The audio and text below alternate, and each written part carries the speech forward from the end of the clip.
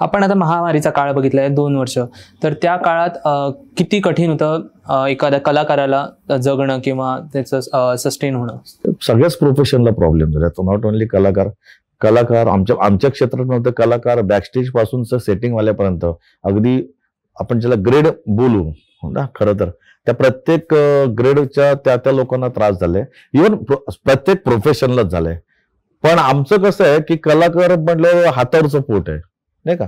जसं आज शो केला, मग उद्या कुठे शो असणार, परवा तिथे शो असणार, आणि परवाचा शो अचानक कॅन्सल झाला, मग काय होणार, ही भीती असते.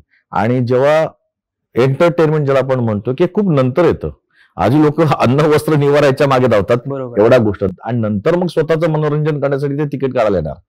तर ही गोष्ट लोकांपर्यंत, जसं मगाशी म्हटलं की जरा हळूहळू लोक बाहेर पडायला लागले आहेत.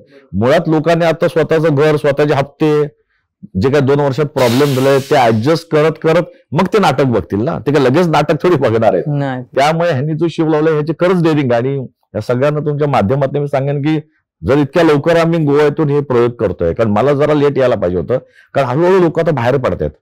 तर ह्यांनी जर डेअरिंग केल्याने अशा पद्धतीने प्रयोग होत आहेत, तर खरं तर तो वेलकम आहे तुम्हाला की या आमच्याकडे आम्ही गॅरंटी देऊ शकतो, निदान 1.25-2 तास आम्ही तुम्हाला हे काय आजूबाजूला काय घडलंय, आपण करोना झाला होता आणि इकडे झालं होतं, तिथे काय प्रॉब्लेम्स आहे, यातून निश्चितच आम्ही तुम्हाला बाहेर काढू आणि वेगळ्या जगात आणि वेगळ्या दुनियेत, अर्थात विनोदी हास्य जिथे खळखळाट आहे त्या दुनियेत तुम्हाला घेऊन जाऊ याची गॅरंटी ऍक्टर म्हणून देऊ शकतो. त्यामुळे प्रॉब्लेम झालेत हे मान्य आहे, नाही का. आता लॉकडाऊन नाही किंवा करोनाच्या काही गोष्टींमुळे, पण ते जर मी दळत बसलो तर पुढे उभंच राहू शकत नाही.